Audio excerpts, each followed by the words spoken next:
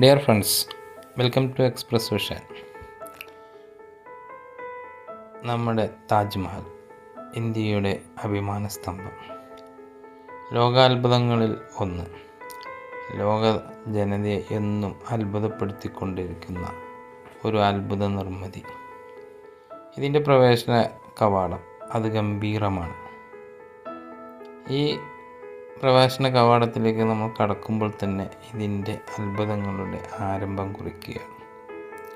വലിയൊരു കെട്ടിടത്തിൽ ഇതിൽ കടന്നു ചെല്ലുമ്പോൾ തന്നെ നമുക്ക് ആദ്യം ഇരുട്ടും ഒരു അവ്യക്തത അനുഭവപ്പെടുകയും പിന്നീട് ആ കവാടം കടക്കുമ്പോൾ നമുക്ക് തെളിഞ്ഞു വരുന്ന ഒരു വല്ലാത്ത ഒരു അനുഭൂതി ഉളവാക്കുന്ന ഒരു ദൃശ്യമാണ്.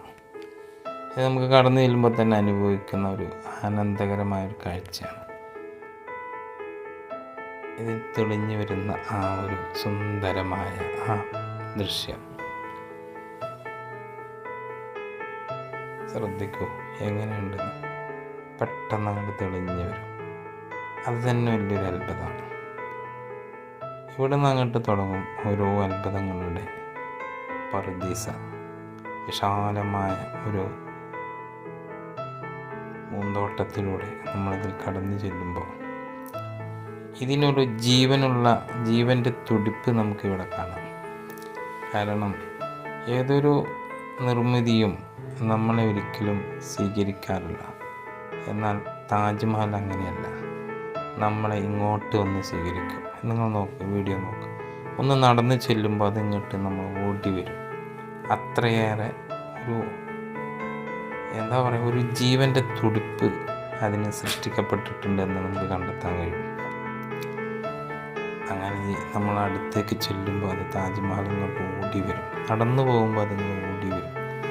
അത്രയും ഒരു ഫീലിംഗ് താജ്മഹലിനെ നമുക്ക് കണ്ടെത്താൻ കഴിയും. നടന്ന് നമ്മൾ താജ്മഹലിനെടുക്കുമ്പോൾ നമ്മളതിനെ വാരിപ്പുണരുന്ന, അല്ലെങ്കിൽ ആശ്ലേഷിക്കുന്ന, ആലിംഗനം ചെയ്യുന്ന ഒരു വല്ലാത്ത ഒരു അനുഭൂതി നമുക്ക് താജ്മഹലിൽ കാണാൻ കഴിയും. അത് പോയവർക്ക്, അത് ശ്രദ്ധിച്ചവർക്ക് അത് മനസ്സിലാവും.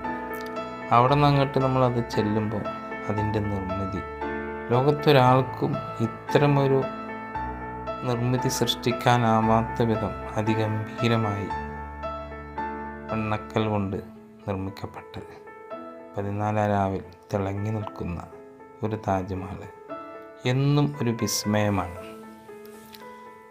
അത് തൻ്റെ പ്രിയതമയ്ക്ക് വേണ്ടി ലോകത്താരും ചെയ്യാത്ത ഒരു കർമ്മം ചെയ്തതായി നമുക്ക് കണ്ടെത്താൻ കഴിയും.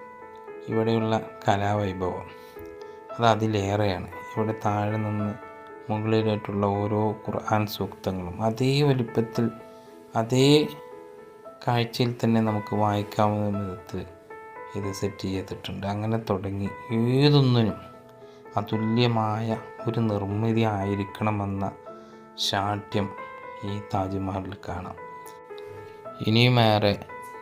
ഇതിലേറെ അത്ഭുതങ്ങൾ ഒളിഞ്ഞിരിപ്പുണ്ട്.